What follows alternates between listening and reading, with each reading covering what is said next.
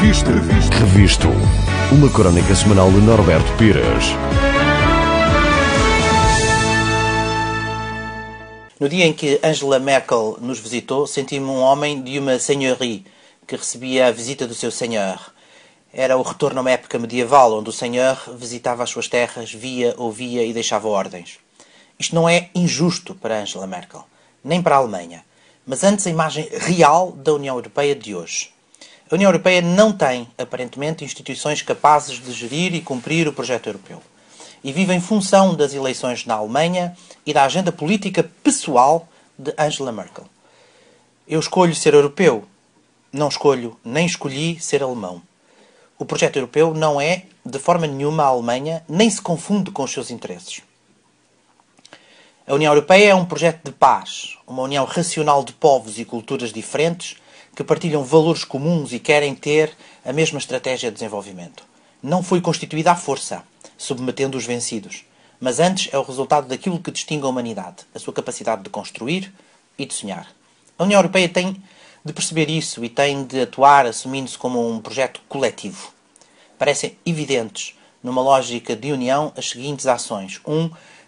O Banco Central Europeu deveria comprar toda a dívida pública dos países aflitos acima de um determinado valor do PIB acordado como máximo. Seria um investimento na construção da Europa. 2. A União deveria estabelecer um plano a longo prazo, digamos 100 anos, com juros simbólicos, digamos 1%, para pagar essa dívida. Como se fossem países num pós-guerra. A Alemanha teve essa ajuda 2 vezes, depois de ter provocado guerras que mataram milhões de pessoas, destruíram a economia de centenas de países e atentaram contra a liberdade de todo o planeta. 3. Os países sob ajuda deveriam ser impedidos de apresentar déficit orçamental negativo, pelo que teriam de implementar um conjunto de reformas estruturais sob tutela da União Europeia. 4. O Parlamento Europeu deveria legislar, no sentido de impedir a compra de produtos de elevado valor por parte dos países com uma dívida superior ao valor máximo do PIB. Isso evitaria a insustentabilidade futura dessas economias. Por exemplo, só a Grécia gastou 80 mil milhões de euros em submarinos alemães, caças franceses e tanques italianos, que todo o sistema bancário europeu se esforçou para financiar.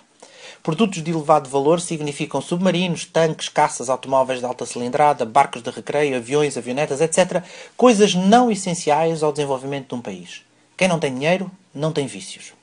A União Europeia deveria saber, e nisso concordo totalmente com o Presidente do Banco Central alemão, que perdoar a dívida não serve de nada se não forem realizadas reformas dentro e fora, incluindo na Alemanha, dos países em dificuldades. A dívida voltaria em poucos anos, talvez ainda com mais força. Os líderes da União Europeia deveriam ter presente que com a Constituição da União Europeia se guardaram todos os demónios, nacionalismos, invejas, rivalidades e rancores numa caixa dourada que entregaram à guarda das instituições da União Europeia e que, apesar dos apelos de muitos, os líderes da União Europeia devem resistir a abri-la. Se acham que a situação é má, nem queiram saber naquilo que se vai tornar com esses velhos demónios à solta de novo.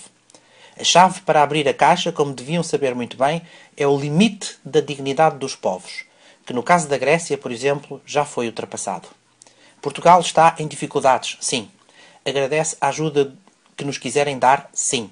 Mas este país, com mais de 800 anos, não é uma seigneurie, não tem um senhor, não está à venda, nem vai terminar. É este o espírito da UE. Até para a semana.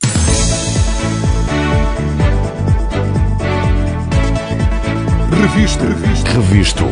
Uma crónica semanal de Norberto Pires.